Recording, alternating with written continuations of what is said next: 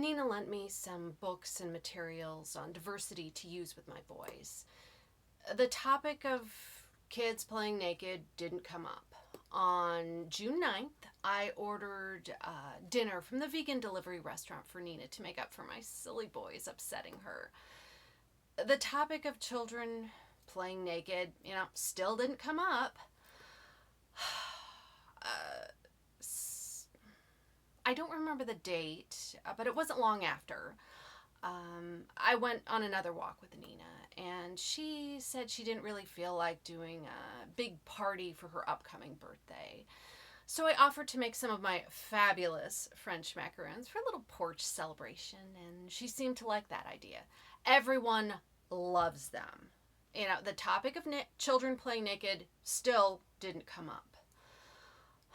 On June 15th, at 6:15 p.m., I got a text from Janice saying that her son just told her that the kids were putting fingers where they don't belong. I told her we were right there and that things were under control. That night, I walked with Madeline and Nina, and we discussed, all the tension amongst the parents and the ways in which the parents' meeting went wrong and things that we could do to improve things. I believe that it's very important on a spiritual level that things be beneficial for everyone involved. The topic of the kids playing naked did not come up. By this time, I had walked with Nina 3 times, and she did not express any thoughts or concerns to me about the children playing naked. The next day, Madeline and I went out back to check on the kids and found that they were all playing naked in the yard. They seemed to be propositioning, each other, like one child in turn, asking for permission to put their finger in, one kid's butt in exchange for an invitation to a birthday party. Madeline and I told the kids that, coercion was not okay, and explained that coercion meant, allowing someone to touch your body in exchange for, some sort of reward. We made sure to ask if all the kids felt safe. And after they gave consent to being touched, we asked them if they were really okay being touched. It soon became very clear that our involvement, was making the kids uncomfortable, and they asked us to leave. We declined to do so.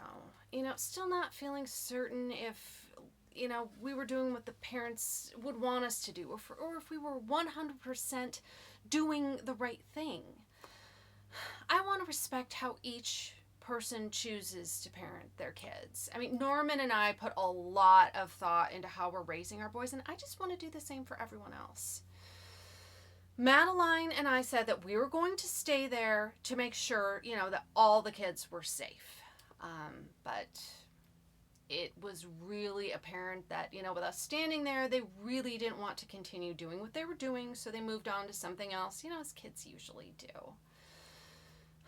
The first kid council met with Nina to make the rules.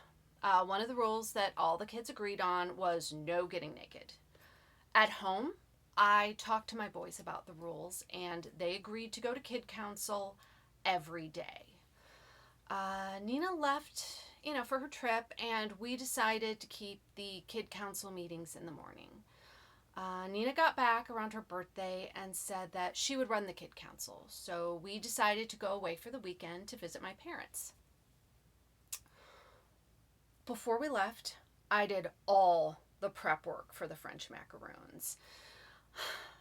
Personally, I think aging the egg whites is a very important step. It's not a must, but it's the little things that add up to make a big difference, So the egg whites, they were in the fridge, ready to hang out for a few days.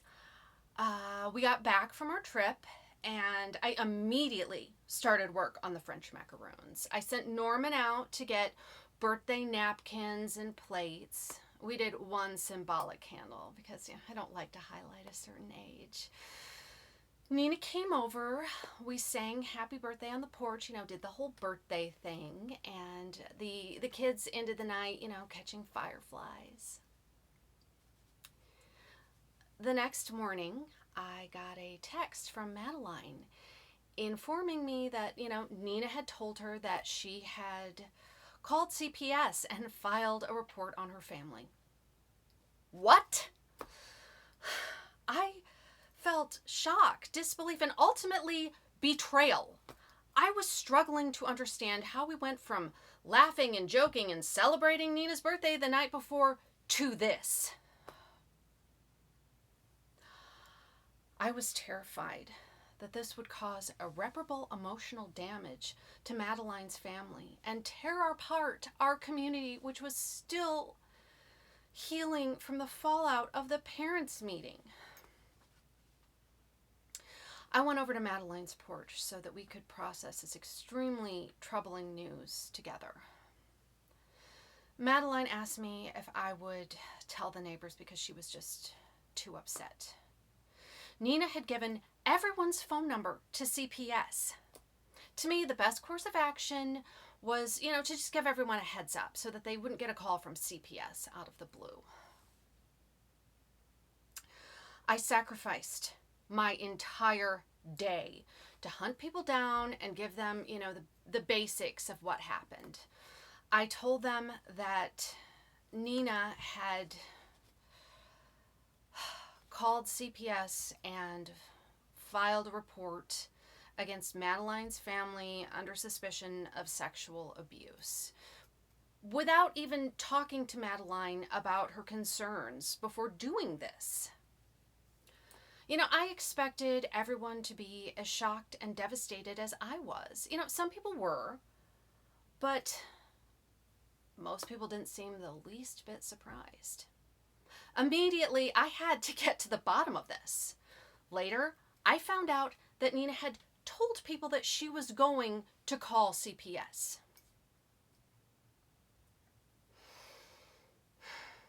Later that day, Nina asked if I would walk with her.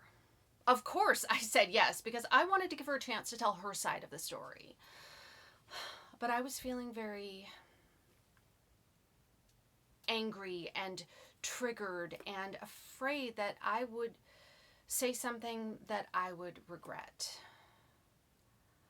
I remember asking Nina directly if she thought Madeline or her husband were sexually abusing Moonbeam, and she said no, but that it could be anyone, even his soccer coach. Moonbeam does not play soccer.